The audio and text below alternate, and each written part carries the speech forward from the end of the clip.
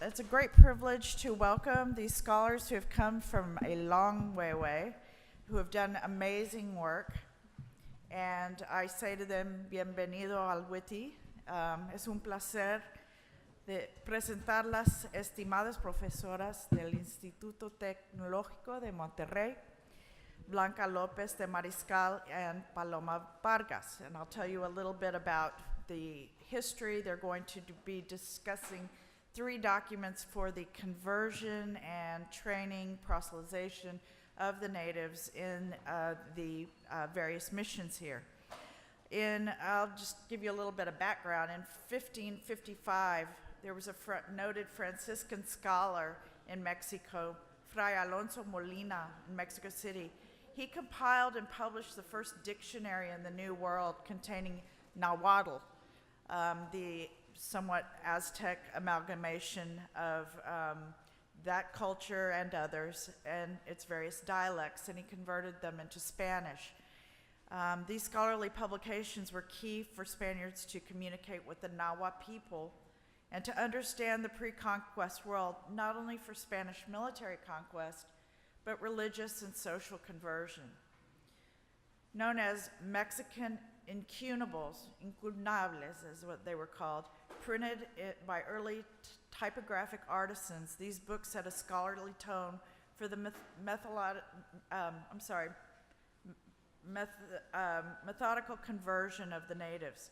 200 years later, missionary Father Bartolome Garcia would compile a similarly useful translation guide for the tribes of Texas, which padres would use in their work to convert the members of the Pajalate nation, Orejones, Pacaos, Tilejayas, and others, often known by the conglomerate as Cuauhtecans, as we call them today. Professor López de Mariscal taught for more than 30 years and is now a professor emeritus at Monterrey Tech, the Insituto Tecnológico de Monterrey, where she started the master's and doctoral programs in humanistic studies.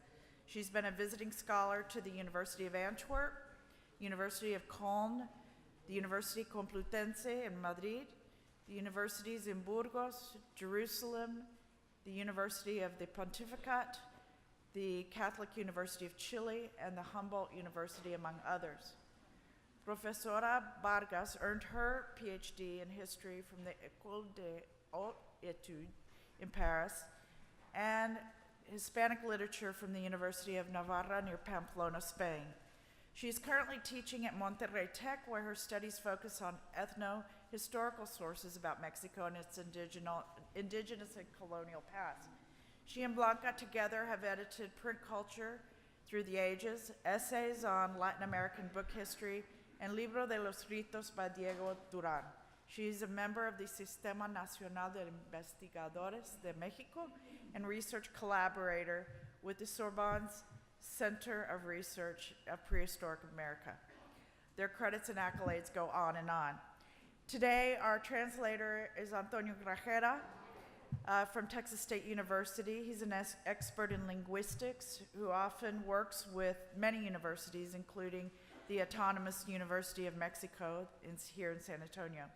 So please welcome Blanca López de Mariscal and Paloma Vargas.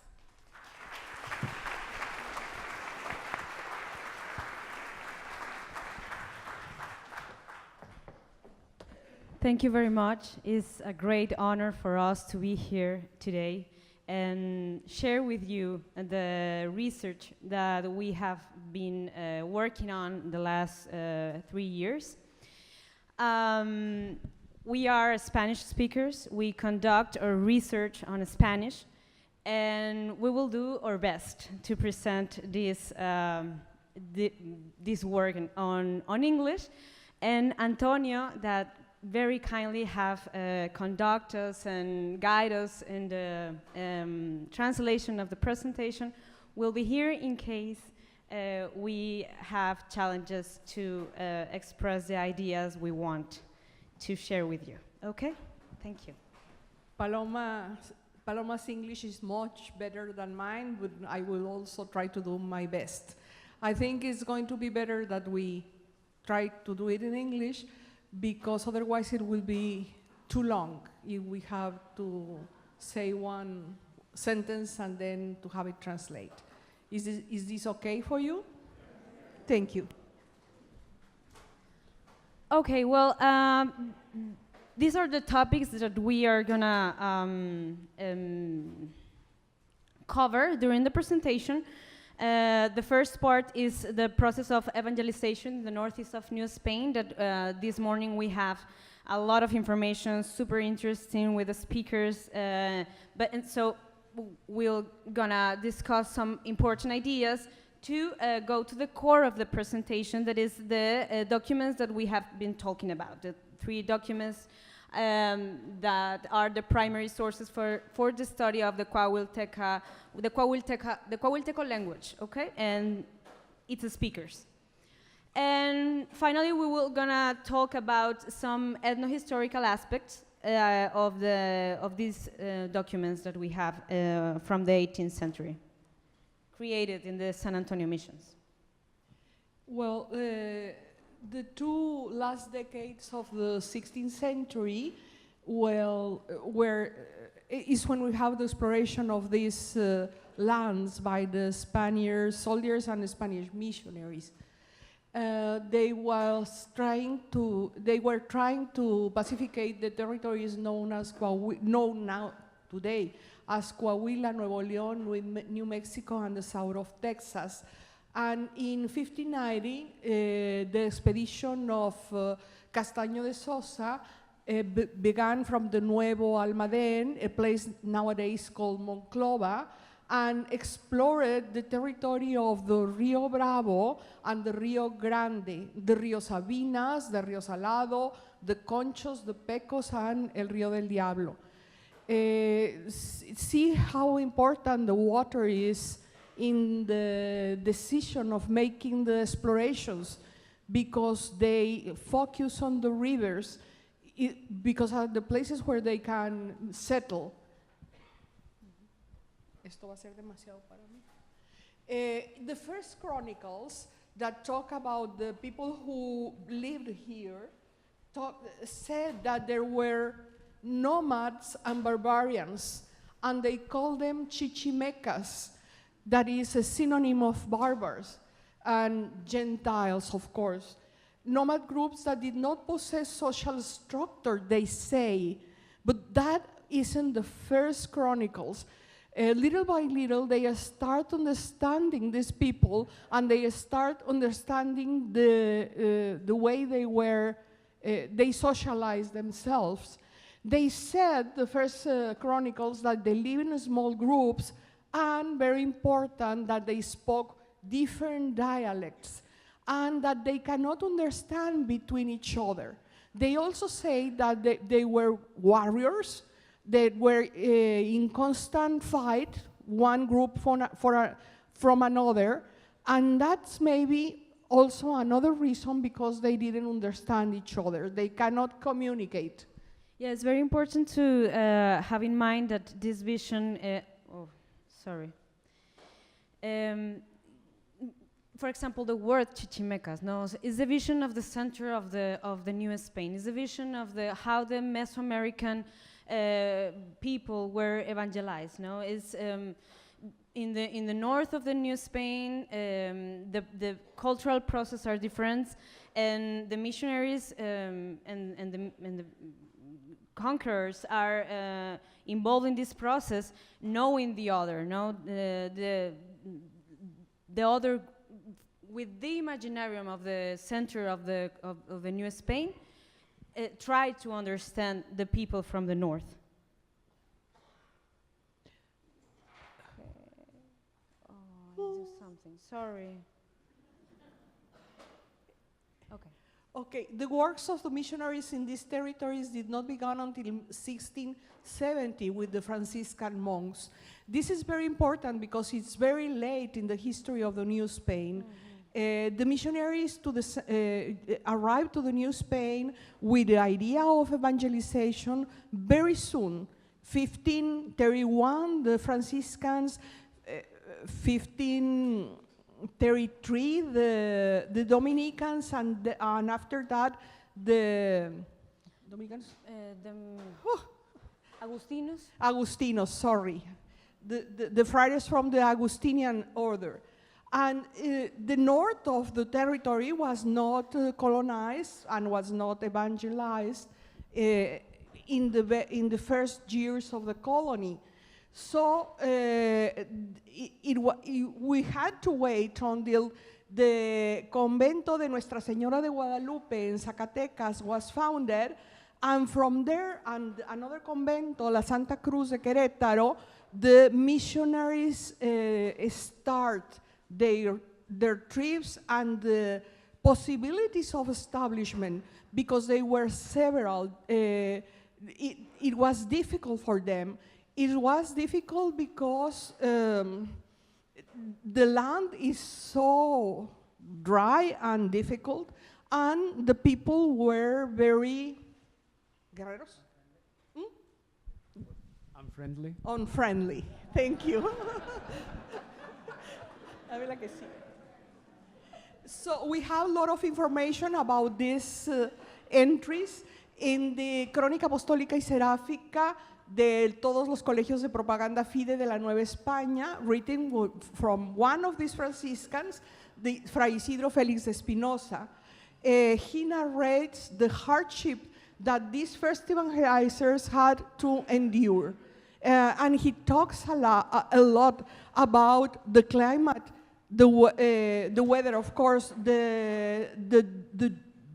las sequías, the drought, and the difficulties of establishing here.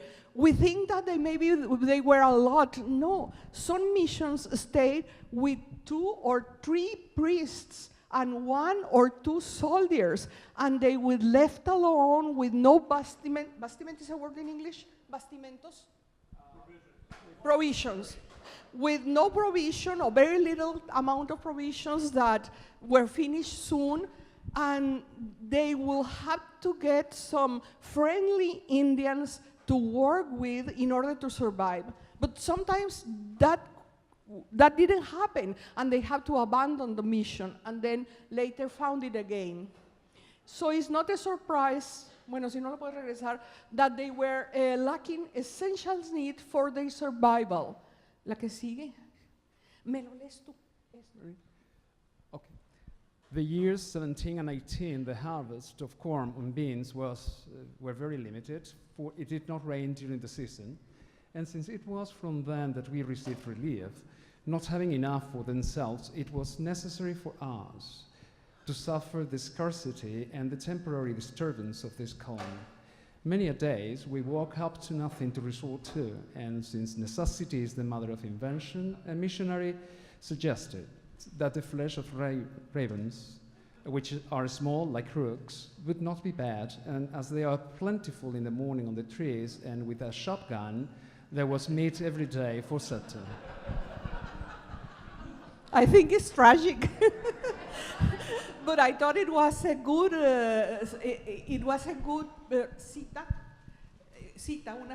A quote. Quote for San Antonio, because I have seen the ravens in the trees every afternoon, and lately they are worse and worse, I suppose.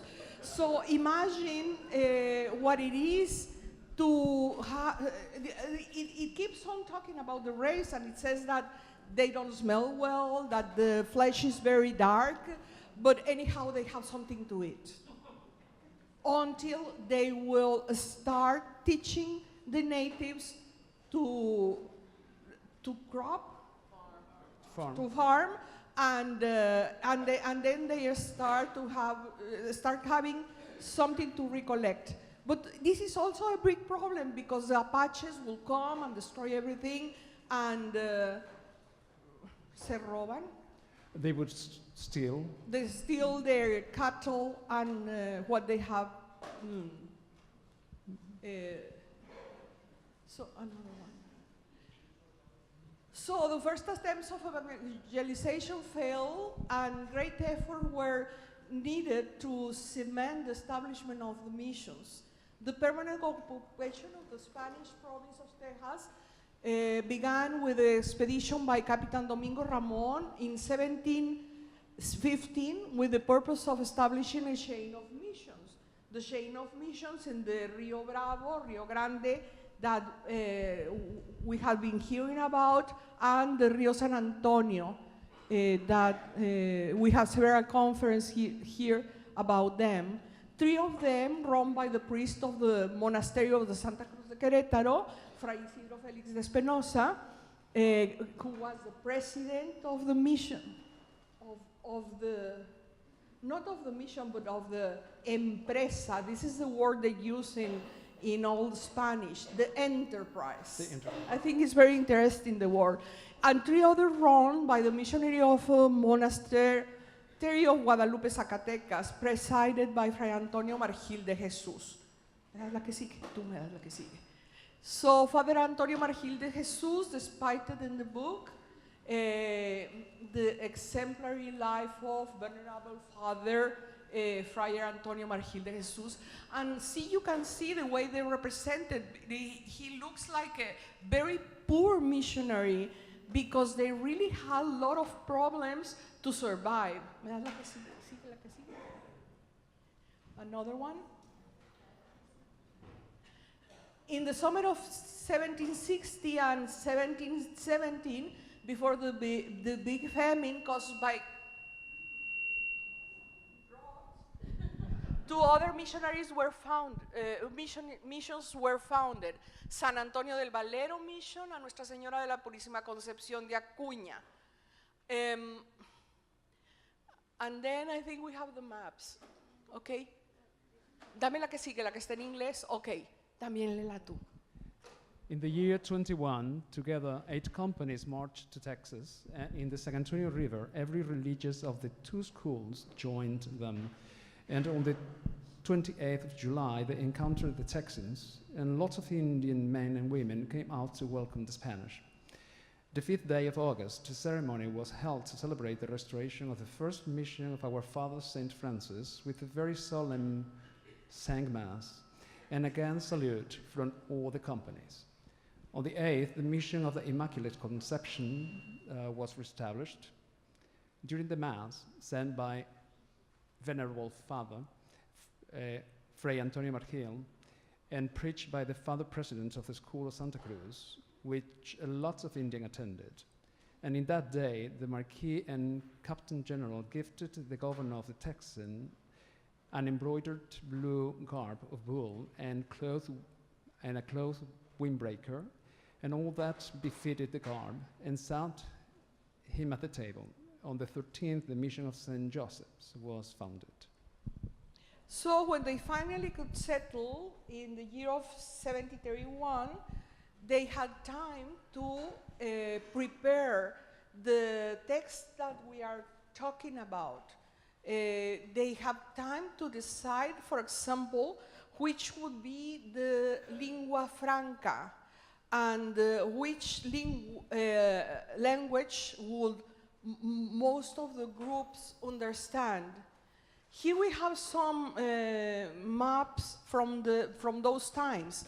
This is from 1656, and it still has some places that come from the imaginary of these conquerors.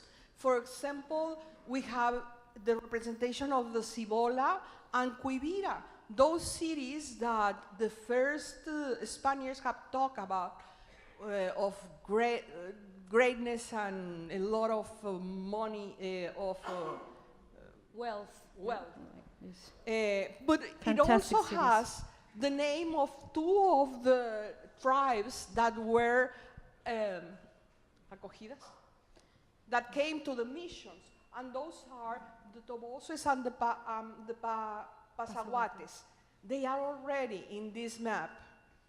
And the island, no? Baja California's island. See, you can see how old the map is because it despises California as an island. In this moment, they didn't know that California was a peninsula. This came...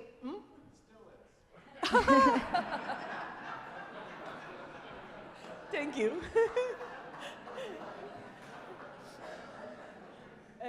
Okay. And This one is from ¿Quieres hablar tú 1768. de esto? No, it's okay.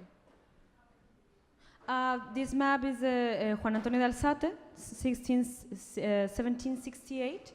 And here we already have the missions, no? Capistrano Mission, San Antonio Béjar, Concepción San José de la Espada, and the recognition of the Texas province and the Coahuila province, no? And the development continues. This one is from 1792. Blanca, you want to? Yes, we can see, for example, here that we have the Rio Grande, but it also calls it Rio Bravo already. It has the same names, and of course, it marks Monclova, El Rio Salinas, Monterrey, where we live, Guadalupe, Cadereyta, El Guajuco, who is a place very close to Monterrey, and the missions are already marked. Espíritu Santo, Dolores, San Antonio River, y bueno, Rio Bravo. Pánuco River, that was very important for them too. Okay, well, it is estimated that the population of indigenous people in every mission was around 300 and 400 individuals, according to my reading of Campbell. This morning we have heard from Kay a different amount of indigenous people, almost 2,000. Probably, well, we are working with Campbell also, so probably we are talking about different periods of time. We know that in the missions, the Indians have like fluctuations, like changes in population according the season. Well, the number of Indians, as I said, change according to the season and the life of the mission, and also the tensions of other indigenous groups, like the rivals, no, like the Apaches. And also, it's very important to recognize the culture, the cosmovision that implied the nomadic and sedentary, like sedentarismo, sedentary and nomadic lifestyle, no? All these factors made the population change, and that the missionaries kept waiting, hoping for the indigenous people to come, to return. It's very important that we understand two things about the evangelization. One, early this morning, somebody talked about the Pope Alejandro VI. We have to talk about the Bulla Intercatera in the beginning of the 16th century. The reason why the the new discovered land is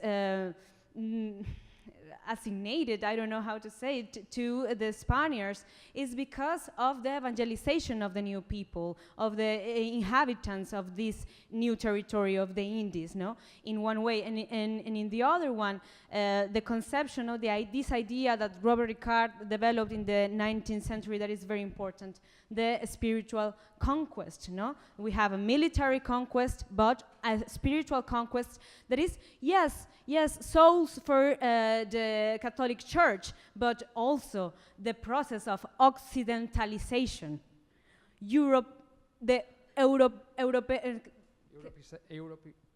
Europeization, something like that.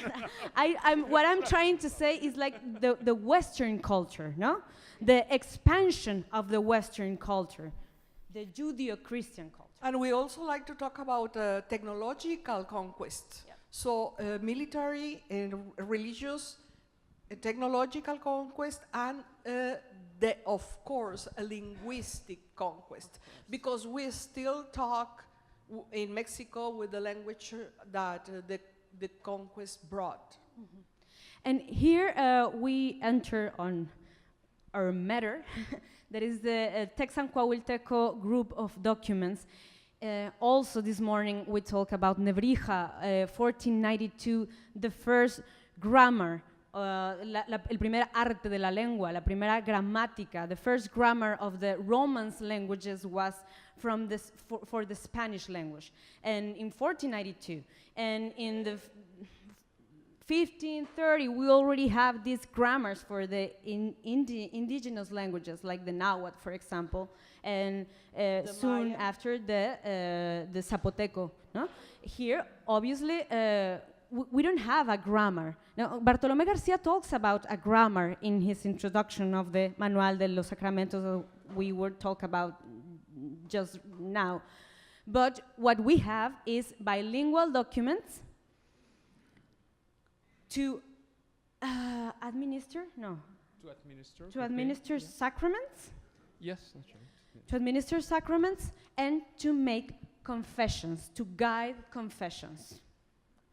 So, The Franciscan developed the three the three documents. documents.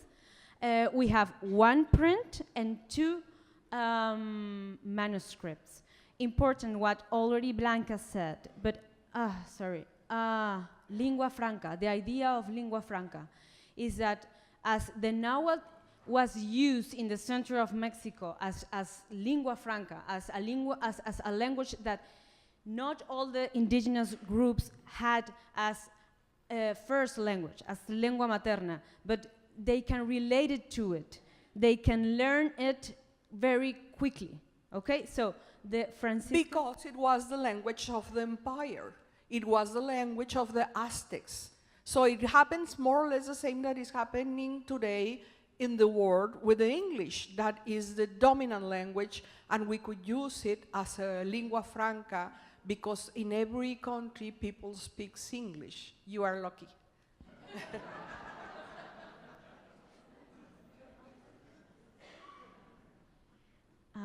Here we have this quote from Bartolomé García, the author of the Manual para la Administración de los Sacramentos, the print document we have of the 18th century, where he established that the new people in... Sí, okay, perfect. Thank you. The new people, newcomers, I suppose, they can learn in a short time. They can understand it or even speak it, and the young men, which is the biggest portion of our highest hope, in about a year, as we say, they cut their hair with their language, which is a literal translation. Yeah. Of course. It happens the same in the center. The children could learn quickly the Spanish language than the adults. So in the beginning, they used the children for evangelization. And it's the same that he's talking here about. The youngest can learn it very quickly. And the youngest were the ones that they wanted to convert to Christianity.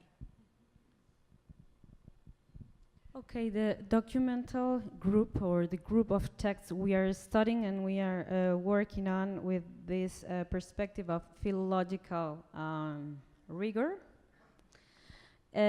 is the Confesionario de Indios en Coahuilteco y Español, a confessionary, author and unknown, attributed to Bartolomé García, perhaps written in the first half of the 18th century, Cuadernillo de la Lengua de los Indios Pajalates, en Pajalate y Español, y el Manual para la Administración de los Santos Sacramentos de Penitencia, Eucaristía y Extremaunción, printed on Mexico in 1760. The manual has a questionnaire where the priest is asking the Indian who is having confession about the different mandamientos, commandments, the different 10 commandments, and it's very punctual. He goes one by one and he makes a lot of questions about each of the commandments. It also has suggests a way to ask for absolution, and it also has a catechism. Catechism, is that the word? With the principal mysteries of our faith.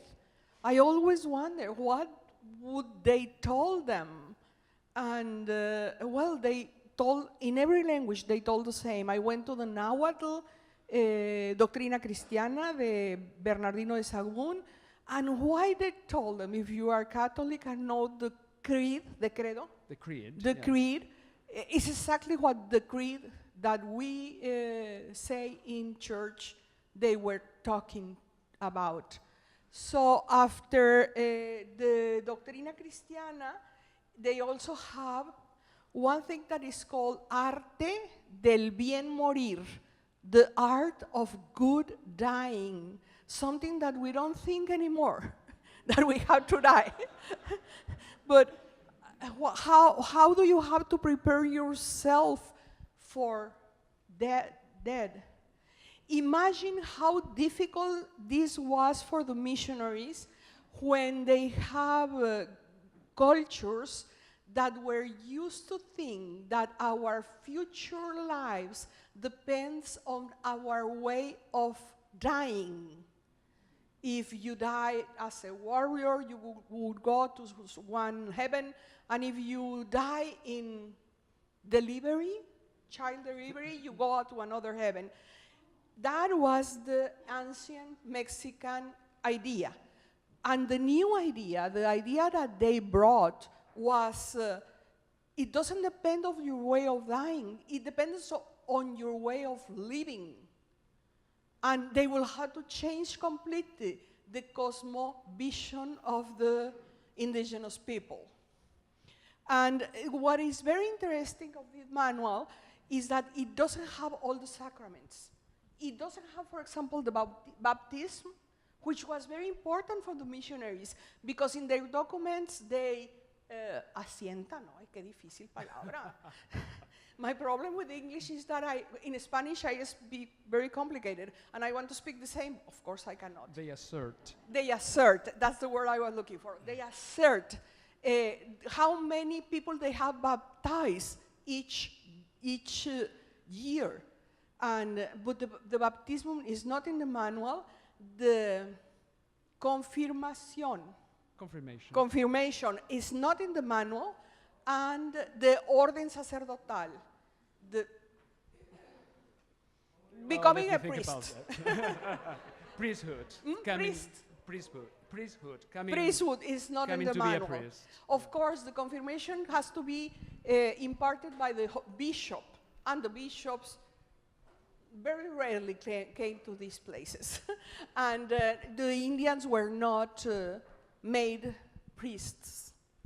Okay? Sigue tu, Paloma. It's very important to remark that this one, the print book that we have of the 1760, is located in various libraries of rare book divisions. No? For example, in Austin, in the Benson Library, also in Brown, in the John Carter Brown. But these two manuscripts, we have only found them in the Cervantina Library of the Tecnológico de Monterrey. And these two manuscripts are related to the manual, the print manual. We have the hypothesis that the first one was the cuadernillo, because it's like is a booklet of notes, of pronouns and some words on the language of the Indians of the San Antonio missions and on Castellano. And the confessionary grows on sophistication, it's more complex, it has questions, and the questions are embedded in this manual. So we are starting this documental group, this group of text with a methodology that is textual criticism to recover all the corpus, to all the linguistic corpus that we can have of this language that has been known since the 19th century as the Coahuilteco language. Texan or Coahuilteco. Texan Orozco Iberra calls it. And also it's very important that the manual is not is not talking of a Coahuiltecan language. It's talking on a language or manual for the Indios of the nations, pajalates, orejones, pacoas, Pacaos, Tilijayas, Alazapas, Pausanes. We and have other, and others. There are 18 nations that we will discuss further, okay? 18 nations recognized by this primary source as the speakers of a same language, okay? Okay, well, we have them here. This is the cover, no, the first page of the manual. So we have pajalates, orejones, pacaos, pacoas, tilijayas, alazapas, pausanes, y other different groups of the missions of the San Antonio River, en Rio Grande, Colegio de la Santa, pacuaches, mezcales, pampopas, tacames, chayopines, venados, pamaques, pigüiques, borrados, sanipaos, y manos de perro. 18 nations. That speak this lingua franca, that was called Coahuiltecan in the 19th century, not in the moment that the manual was written. Okay. And more or less this is the way the manual looks. This column is in Spanish, and the other column is in Coahuiltecan. The priest would say, kneel and persínate, ayúdenme. Do the cross sign. So pray the. Yo pecador, I'm sorry, but I don't pray in English. I sinner. I what? Sinner. I Sinner. Sinner. Sinner. sinner. I sinner. And then it gives instructions. Si se quiere preguntar la doctrina cristiana, se recurrirá a las preguntas del catecismo que está puesto delante. If you want to ask about the Christian doctrine, you have to look for the catechism that is further down. And then he starts asking, did you make a confession the last Cuaresma? Lent. And is exhaustivo. Di cómo es exhaustivo. Yeah, well, it's interesting also, as you can see, that there are like words on Spanish and Coahuiltecan also, like that remain in Spanish, no? Like the name of the oración. Pray. The name of prayer. the pray, yo pecador, jamestia. En Cuaresma also, Cuaresma apan mam tupayo, etc., ¿no? Pero, ¿en qué sentido es exhaustivo? A ver si puedes decirlo. Well, it's very important for the missionaries. The importance of a confessionary is that for the missionaries, the sacrament of the reconciliation sacrament implies the purification of the soul, no? Is what allows the soul to go to heaven, is the last, in the moment of the extrema unción, is what allows the soul to be in peace with God. So if is the motor that made the missionaries to have these kind of tools to communicate with the indigenous people.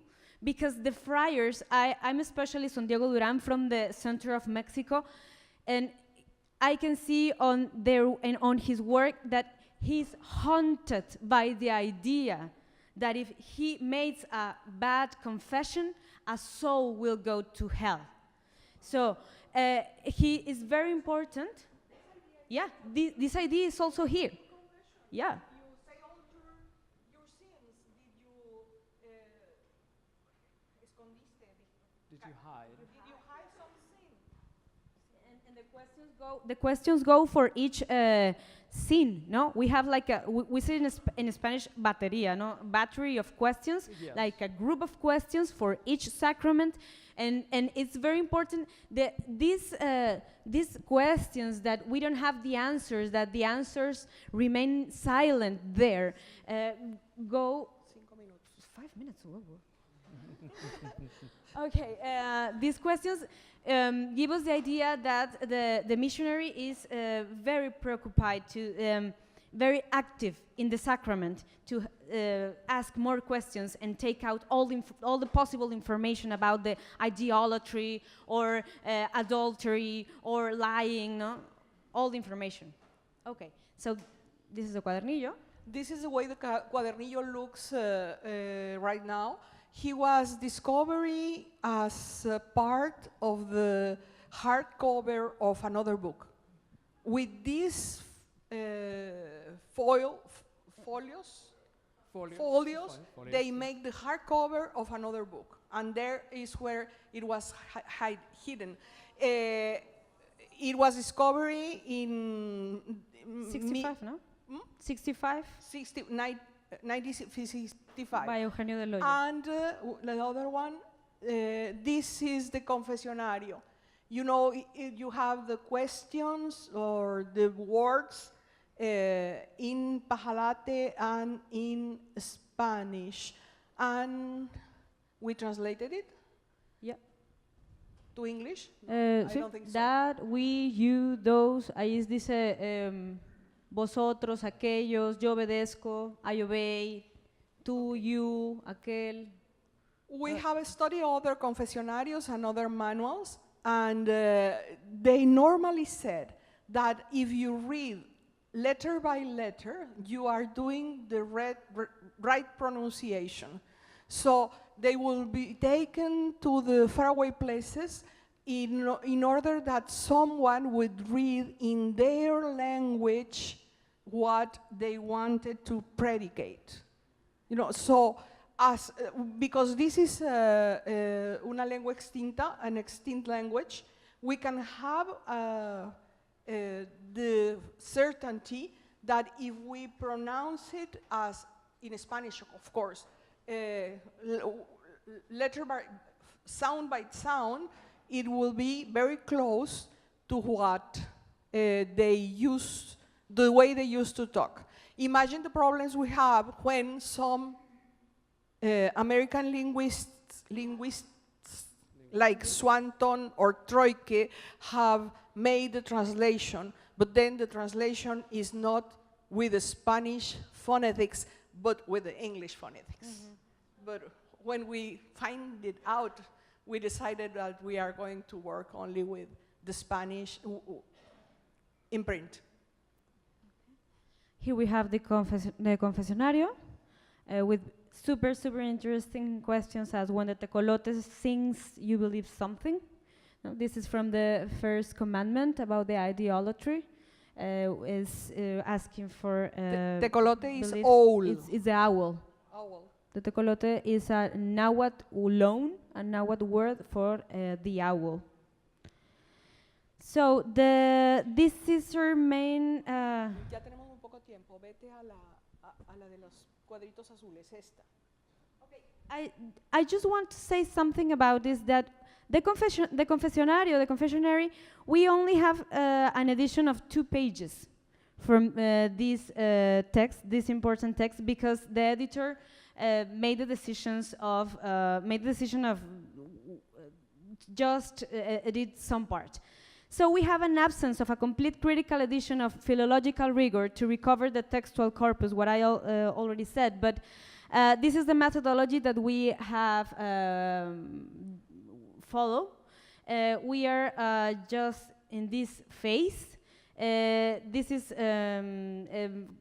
textual criticism, the recensio, the collatio textus, constitutio textus, y locus criticus. In the recensio, we are here. We are creating this stage. We are creating the text, all the corpus, and in this part we are gonna add the philological notes and the textual criticism notes to have this entire edition of all the corpus. Si partimos de una. Okay, this is important. These kind of works of textual criticism give to the readers, to the audience, a specific hermeneutical horizon, which means that it's like a proposal for the reader to how to understand the documents. And our proposal is the recovery of ethnohistorical information. What we are trying to do is to extract all the possible information about the indigenous groups that are mentioned in these primary sources. It's very important what we already said, that the Coahuilteca language is recognized as this, with this name in the 19th century by linguistics, but we know, what we know is that the 18 nations share a language, and that means that they share a culture. So Coahuiltecan is not ethnic identification, is a linguistic identification. Y aquí terminamos. Okay? I think we have to finish here. Thank you very much.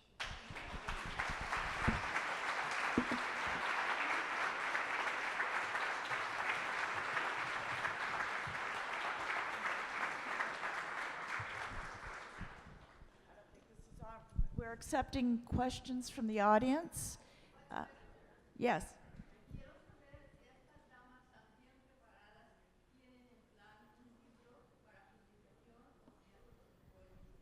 Habla de las dos ediciones. Habla de las dos ediciones. La de Thai, Oh, la right, Thai, okay. la primera y la Thai.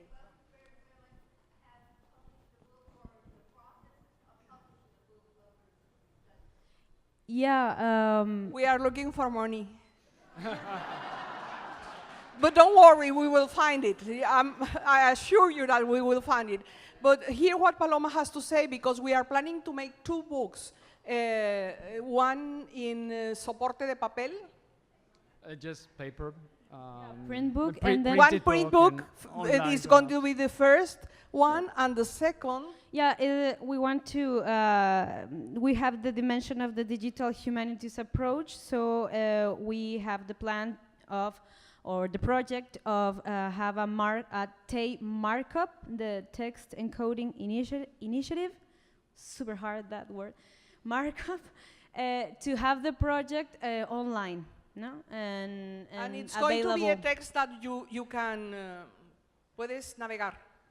You can navigate to the You the do text, navigate in yeah. it. Look for one word, how many times it is, Repeated. it appears, things like that. And it's going to be very important because of the Coahuilteco is a language that we don't have any more people who speak it.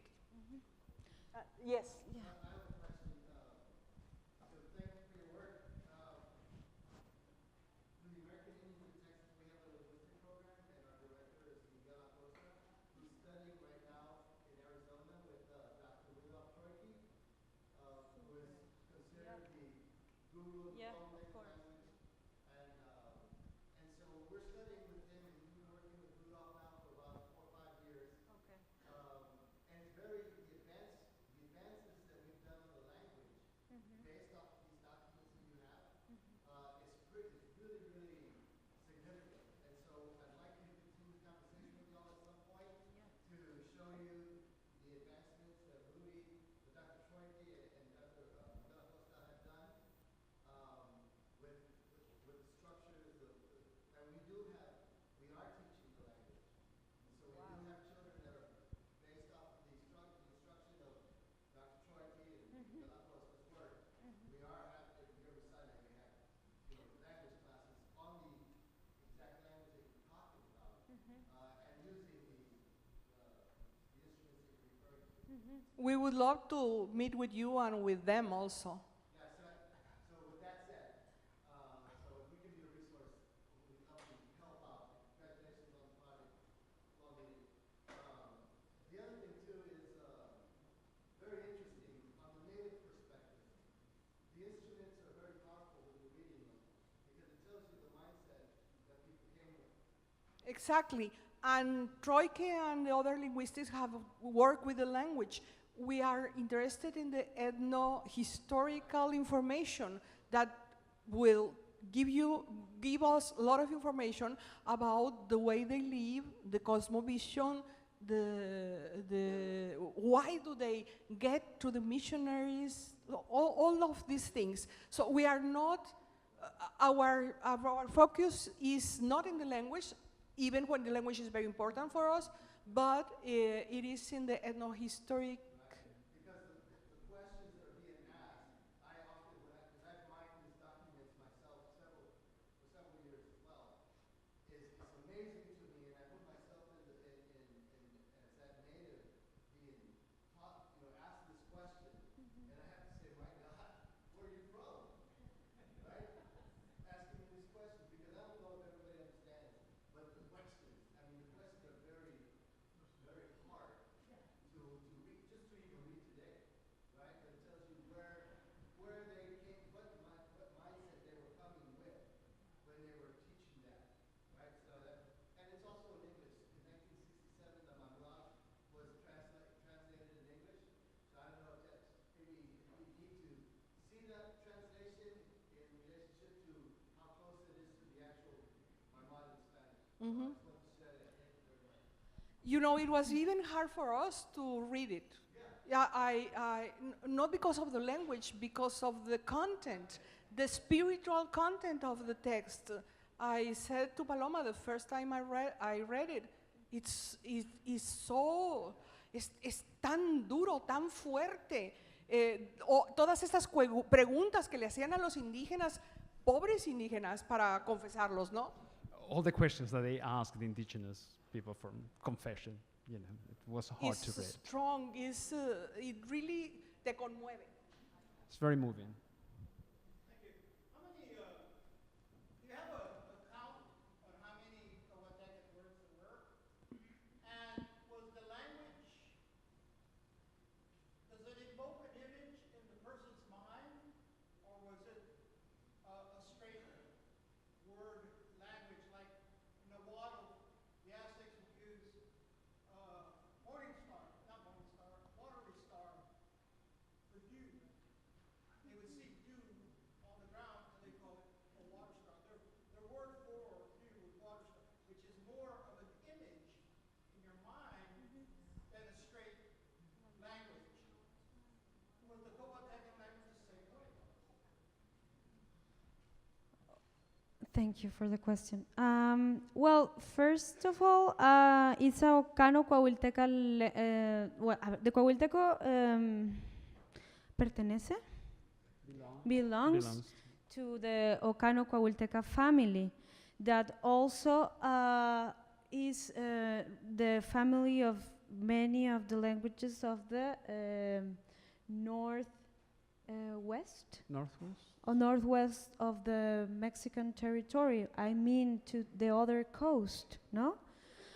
So the linguist has this hypothesis of like these linguistic families of the south of the United States that were separated because of the avanzada, the penetration of the Nahua family languages. So I don't know if I'll answer the question, but I wanted to say that about like the example that you said about the dew in the morning, the word lunas or moons to count the time in these documents.